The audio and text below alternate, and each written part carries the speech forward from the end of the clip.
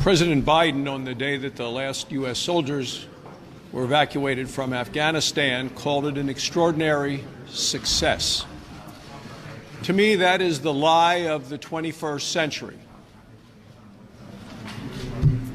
It's untrue, it's dishonest, and if President Biden believes it, he is delusional. Never again will we be able to say that America never leaves Americans behind, because Joe Biden did just that. And today in the Foreign Relations Committee, Secretary of State Blinken said there are still over 100 Americans trapped behind enemy lines in Afghanistan. The United States is less safe now than we were over the last 20 years, and Afghanistan is now a haven for terrorists. Our enemies are emboldened, our friends are furious, and President Biden wants to wash his hands of this entire thing and get it behind him, in spite of how many people have been left behind to be captured, tortured, and killed.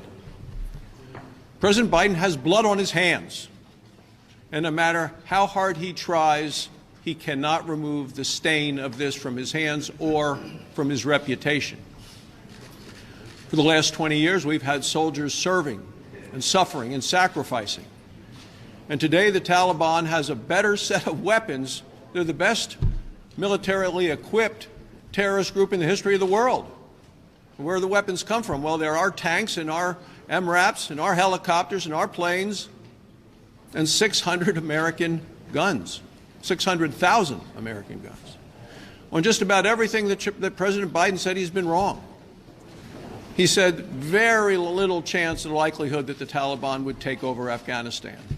He said you'd never see a situation again like we saw in Vietnam with helicopters on the roof of the embassy, but that's exactly what we did see.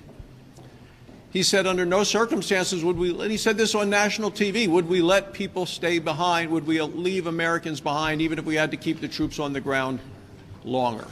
This is worse than Benghazi. It's worse than the Iranian hostage crisis. It is worse than Vietnam.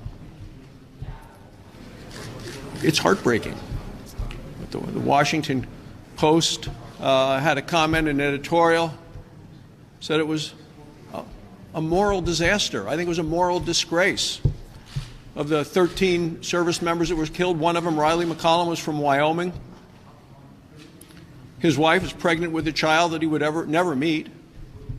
I stood on the tarmac in Jackson Hole, Wyoming, with Riley's family, with his pregnant wife on Friday as his flag-draped casket was brought home for his last trip home to Wyoming. And yesterday, his wife delivered a little baby girl. Now, the American people, through a GoFundMe page, have raised over $1 million for Riley's wife and baby daughter, who will never get a chance to meet him. And today I have a lot more faith in the American people than I certainly do in this disgraced and incompetent president.